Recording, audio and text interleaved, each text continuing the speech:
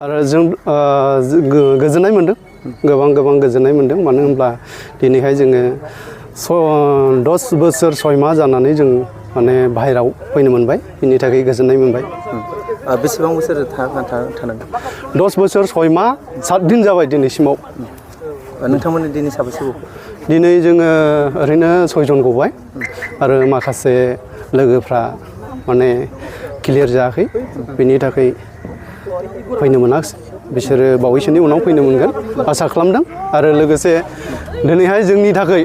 जाय बिथांमोना बेबायदि गावनि मेंनो रोङि देहाखौ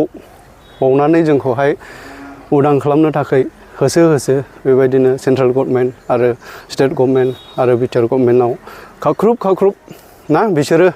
जोंनि थाखाय नाजाबाय आरो दिनै साक्सेस जाबाय आरो बेबायदिनो दिनैनि दिनाव मानगोनां हेमन्त बिश्व शर्मा सारखौ जों धन्यबाद होबाय आरो जोंनि माखासे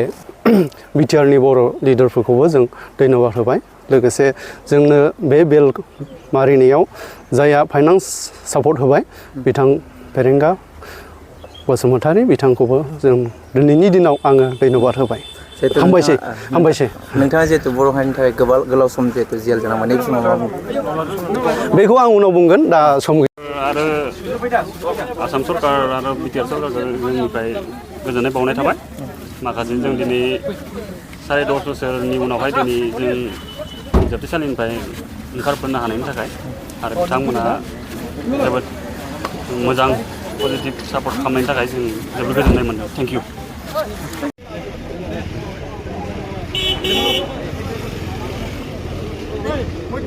Hey,